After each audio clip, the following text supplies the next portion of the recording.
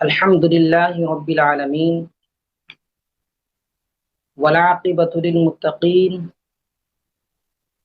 والصلاة والسلام على أشرف الأنبياء والمرسلين وعلى آله وأصحابه أجمعين. أما بعد، فأعوذ بالله من الشيطان الرجيم. بسم الله الرحمن الرحيم. ألا إن أولياء الله لا خوف عليهم ولا هم يحزنون الذين آمنوا وكانوا يتقون. صدق الله مولانا العظيم وصدق رسوله النبي الأمين المتين المبين الكريم ونحن على ذلك لمن الشاهدين والشاكرين والحمد لله رب العالمین. بادئ توحید کے متوالو، شمع رسالت کے پروانوں، غوث و خواجہ کے دیوانوں، اولیاء کرام کے فداکاروں، آئیے کچھ گفت و شنید سے پیشتر ہم اور آپ سبھی مل کر بارگاہ رسالت وآل رسالت حضور رحمت عالم نور مجسم فخر بنی آدم فخر آدم و بنی آدم انیس بے کساں چار آساز درد منداں فخر رسولاں مالک ہفتہ آسماں سیاہ لامکاں محبوب پروردگار گلشن ہستی کے اولین فصل بہار امت کے غمخوار شاہوں کے شاہ نبیوں کے نبی رسولوں کے رسول یعنی جناب حضرت محمد مصطفیٰ صلی اللہ تعالی علیہ وسلم کی بارگاہ مقدسہ میں جھوم جھوم کر عقیدت و محبت کے ساتھ والہانہ انداز میں درود پاک پیش کرنے کی سعادت حاصل کریں اور پڑھیں بآواز بلند اللہم صلی علی سیدنا شفیعنا حبیبنا نبینا مولانا محمد طب القلوب و دوائها وعافیت الابدان و شفائها ونور الابصار و ضیائها وعلى آلہ وصحبہ دائما ابدا. محترم حضرات، آج میری تقریر کا عنوان، میری تقریر کا موضوع کرامات و تصرفات اشرف الاولیاء ہے، جس کے حوالے سے میں آپ تمامی حضرات کے روبرو چند اشعار پیش کر رہا ہوں. ایک بار پیشگی مچل کے کہہ دے سبحان اللہ. شاعر فرماتے ہیں کہ قلب ہوتا ہے جس سے منور، قلب ہوتا ہے جس سے منور، وہ ضیاء اشرف الاولیاء ہیں. قلب ہوتا ہے جس سے منور، وہ ضیاء اشرف الاولیاء ہیں.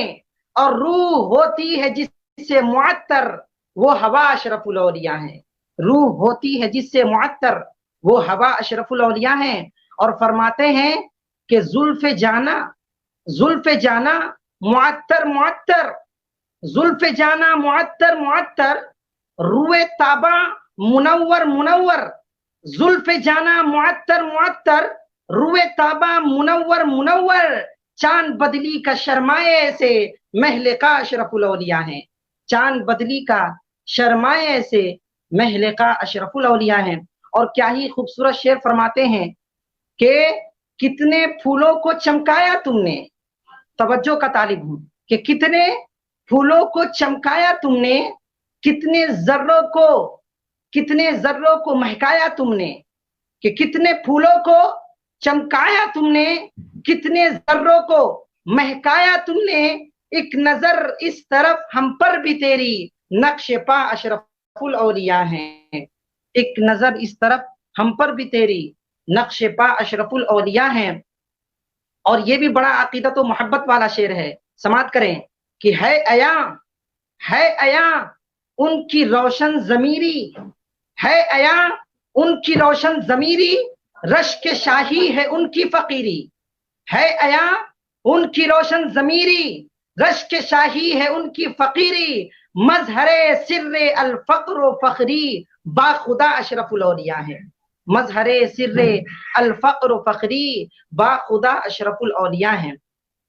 حضرات محترم، خطبہ مسنونہ کے بعد ابھی میں نے جس آیت کریمہ کی تلاوت کرنے کا شرف حاصل کیا ہے، رب کائنات ارشاد فرماتا ہے الا ان اولیاء اللہ لا خوف علیہم ولا هم يحزنون، یعنی خبردار، ہوشیار، بے شک اللہ کے ولیوں کو نہ کسی چیز کا خوف ہے، نہ کسی چیز کا غم ہے، جو ایمان لائے اور تقوی شعاری کرتے ہیں۔ یہ ہماری اور آپ کی بہت بڑی خوش نصیبی ہے کہ آج ہم اور آپ سبھی مل کر اس مقدس تاجدار فصاحت و بلاغت، منبع علم و حکمت، آبروئے اشرفیت، وقار بزم سنیت، سراپا محافظ سنت، رہبر قوم و ملت، اشرف ولایت، سیدنا سندنا و مرشدنا حضور اشرف الاولیاء حضرت علامہ و مولانا الحاج الشاہ ابو الفتح سید محمد مجتبی اشرف الاشرفی الجیلانی مد ظلہ العالی والنورانی کے عرس پاک میں حاضری کا شرف ملا ہے، جن کی حیات طیبہ تا عمر اسلام و سنیت کی اشاعت کے لیے وقف تھی۔ محترم حضرات، میں آپ کو بتاتا چلوں کہ ولایت کا اصل معیار استقامت اور اتباع شریعت ہی ہے۔ خوارق عادات اور کشف و کرامات کا صدور اگرچہ معیار ولایت نہیں، لیکن مومن و متقی بندہ سے ان کا صدور نشان ولایت ضرور ہے۔ اللہ رب العزت کے محبوب بندے خدا کی قدرتوں کے مظہر ہوتے ہیں۔ اللہ تعالیٰ اپنی حیرت انگیز قدرتوں کو اپنے محبوب بندوں کے ذریعے ظاہر فرمایا کرتا ہے، اسی کو تو کرامت کہتے ہیں۔ اس سلسلے میں جب ہم حضور اشرف الاولیاء علیہ الرحمت الرضوان کی حیات مقدسہ اور پاکیزہ زندگی کا مطالعہ کرتے ہیں تو یہ بات آفتاب نیمروز کی طرح ہم پر عیاں ہو جاتی ہے کہ آپ کی پوری زندگی تقوی و پرہیزگاری سے لبریز تھی اور اتباع شریعت سے لبریز تھی، ساتھ ہی اللہ تعالیٰ نے آپ کو تصرفات و کرامات جیسی بیش بہا نعمتوں سے بھی نوازا تھا۔ حضور اشرف الاولیاء علیہ الرحمت الرضوان کی ذات اقدس سے بے شمار خوارق عادات اور کشف و کرامات کا صدور ہوا، جن کو بالتفصیل بیان کیا جائے تو وقت کی تنگی اس بات کی اجازت نہ دے گی، لیکن یہ ناچیز بندہ اپنی معلومات کے مطابق آپ کی حیات مقدسہ کی ایک زندہ کرامت بتا کر اپنی تقریر کا اختتام کر دے گا، جو بلا شبہ آپ کی ولایت کی واضح نشانی اور اس کی دلیل ہوگی۔ تو آئیے حضرات، میں آپ تمامی حضرات کو حضور اشرف الاولیاء علیہ الرحمت رضوان کی ایک زندہ کرامت بتا دوں، جسے سن کر انشاءاللہ تعالی آپ کا ایمان تر و تازہ ہوتا ہوا نظر آئے گا۔ ایک مرتبہ کا واقعہ ہے کہ حضور اشرف الاولیاء بنگلہ دیش تشریف لے گئے اور آپ کے پہنچنے سے قبل ہی وہاں آپ کی بزرگی اور محاسن و کمالات کا دور دور تک وابستگان سلسلہ میں چرچا ہو چکا تھا۔ سبھی شدت اور بے صبری سے آپ کی زیارت کے منتظر تھے۔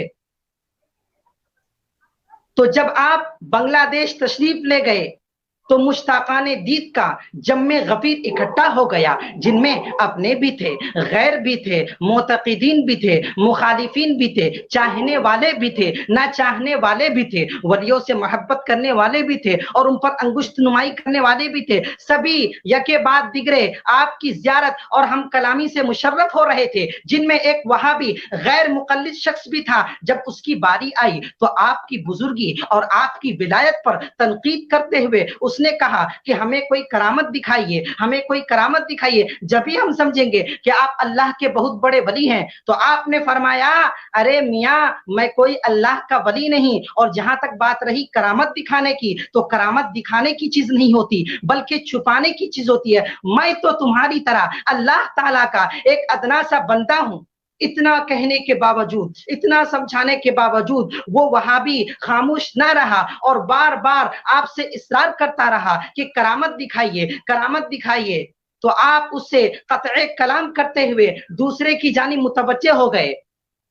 رات کو جلسہ جب شروع ہوا اور آپ جلسہ گاہ تشریف لے گئے تو آپ کی نظر اس وہابی پر پڑی. جب آپ کی تقریر شروع ہوئی اور شباب پر پہنچی تو بجلی چلی گئی. اراکین جلسہ جنریٹر چلانے ہی والے تھے کہ آپ نے فرمایا جنریٹر چلانے کی کوئی حاجت نہیں, جنریٹر چلانے کی کوئی ضرورت نہیں, کیونکہ آج کی تقریر دنیا کی روشنی میں نہیں بلکہ نور الہی کے روشنی میں ہوگی, تجلیات الہی کے روشنی میں ہوگی. ہر چہار جانب اندھیرا ہی اندھیرا تھا. پورے مجمع میں سکتہ کا عالم طاری تھا. آپ کی رقت انگیز اور دل دہلانے والی تقریر دوبارہ شروع ہوئی اور روشنی بھی دھیرے دھیرے پھیلنے لگی. جو آپ کی تقریر کی روانی بڑھتی گئی پورے جلسہ گاہ میں روشنی بھی پھیلتی گئی, یہاں تک کہ بیٹھنے والوں کے چہرے منور ہو گئے, پورا جلسہ گاہ منور ہو گیا. ایسا لگتا تھا کہ آسمان سے شعائیں پورے جلسہ گاہ کو منور کر رہی ہیں. ایسا لگتا تھا کہ آسمان کے تمام ستارے جلسہ گاہ کو منور و مجلہ کر رہے ہیں. ایسا لگتا تھا کہ چاند کی چاندنی جلسہ گاہ کو منور و مجلہ کر رہی ہیں. سامعین ایک دوسرے کو محو حیرت ہو کر دیکھ رہے تھے, کسی میں بولنے کی جرأت نہ تھی. اسی اسنا میں آپ نے اس وہابی کو مخاطب کیا اور فرمایا کہ ارے میاں دیکھو اسی کو کرامت کہتے ہیں, تو مجھے ڈنکے کی چوٹ پر یہ کہہ لینے دیا جائے کہ وہ حضور اشرف الاولیاء جن کا دربار پن انوار بے مثل و مثال ہے جو آیا دامن مراد کو بھر گیا, وہ حضور اشرف الاولیاء جن کے در سے علم و معرفت کے خزانے مل رہے ہیں, وہ حضور اشرف الاولیاء جن کے در پر عشق نبوی کا جام پلایا جا رہا ہے, وہ حضور اشرف الاولیاء کے جن کے در پر نامراد کو بامراد کیا جا رہا ہے, وہ حضور اشرف الاولیاء جن کے در پر نا امیدوار کو با امید کیا جا رہا ہے, وہ حضور اشرف الاولیاء کہ جس نے بھی ایک نظر آپ کو دیکھ لیا وہ آپ کا دیوانہ ہوتا ہوا نظر آ رہا ہے, وہ حضور اشرف الاولیاء جن کے در دولت پر بے شمار تاجور اپنے سر کو خم کرتے ہوئے نظر آ رہے ہیں. مجھے کہہ لینے دیا جائے نعمت ان کے گھر کی ہے, برکت ان کے گھر کی ہے, فرحت ان کے گھر کی ہے, شہرت ان کے گھر کی ہے, عظمت ان کے گھر کی ہے, رفعت ان کے گھر کی ہے, لطافت ان کے گھر کی ہے, فراست ان کے گھر کی ہے, قیادت ان کے گھر کی ہے, کرامت ان کے گھر کی ہے, سعادت ان کے گھر کی ہے, سخاوت ان کے گھر کی ہے, عدالت ان کے گھر کی ہے. تو پتا چلا معلوم ہوا جسے نعمت حاصل کرنی ہے وہ بارگاہ اشرف الاولیاء میں چلا آئے, جسے برکت حاصل کرنی ہے وہ بارگاہ اشرف الاولیاء میں چلا آ جائے, جسے عظمت و رفعت حاصل کرنی ہے وہ بارگاہ اشرف الاولیاء میں آ جائے, جسے لطیف بن کے لطافت حاصل کرنی ہے وہ بارگاہ اشرف الاولیاء میں آ جائے, جسے سعید بن کے سعادت حاصل کرنی ہے وہ بارگاہ اشرف الاولیاء میں آ جائے, جسے شریف بن کے شرافت حاصل کرنی ہے وہ بارگاہ اشرف الاولیاء میں آ جائے, اور جسے سخی اور دلدار بن کر سخاوت حاصل کرنی ہے وہ بارگاہ اشرف الاولیاء میں آ جائے. اور مجھے کہہ لینے دو کہ جسے عدل و انصاف کا پیکر بن کر عدالت حاصل کرنی ہے وہ بارگاہ اشرف الاولیاء میں چلا جائے, کیونکہ یہاں سائلوں کو نفی میں جواب نہیں ملتا بلکہ اس بات میں ملتا ہے, اور جواب ہی نہیں ملتا بلکہ جلا کی عظمت بھی مل جایا کرتی ہے. تبھی تو کسی شاعر نے کیا ہی خوب کہا ہے کہ تصوف کے علم بردار میرے مجتبی اشرف, تصوف کے علم بردار میرے مجتبی اشرف, ولایت کے قطب مینار میرے مجتبی اشرف, اور نبی کے عاشقوں کے واسطے تم پھول اور شبنم, نبی کے عاشقوں کے واسطے تم پھول اور شبنم, وہابی کے لیے تلوار میرے مجتبی اشرف, اور بھلا سکتی نہیں یہ روح ان کو آخری دم تک, کیا تم نے ہے اتنا پیار میرے مجتبی اشرف, کیا تم نے ہے اتنا پیار میرے مجتبی اشرف. محترم حضرات, میں یہیں پر اپنی تقریر کا اختتام کرتا ہوں. رب تعالیٰ سے دعا گو ہوں کہ اللہ تعالیٰ ہمیں اپنے اکابرین کے بتائے ہوئے راستے پر چلنے کی توفیق رفیق عطا فرمائے, اور خاص کر تمام عالم اسلام کے مسلمانوں کی کورونا وائرس سے حفاظت فرمائے. بس انہی دو اشعار کے ساتھ میں اپنی تقریر کا اختتام کرتا ہوں کہ یہ قصہ لطیف ابھی ناتمام ہے, جو کچھ بیاں ہوا وہ آغاز باب تھا, آفاق میں پھیلے گی کب تک نہ مہک تیری, آفاق میں پھیلے گی کب تک نہ مہک تیری,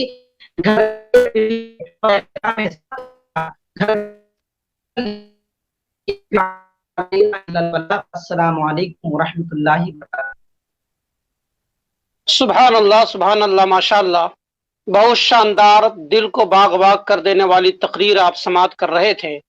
اگر یہ آف لائن اسٹیج کی تقریر ہوئی ہوتی تو ضرور ان پر نوٹوں کی بوچھار ہوتی, اور نہیں تو کم سے کم جیب جامی سے تو کچھ ضرور مل جاتا. بہرحال بہت اچھی تقریر کی, دل بہت خوش ہوا.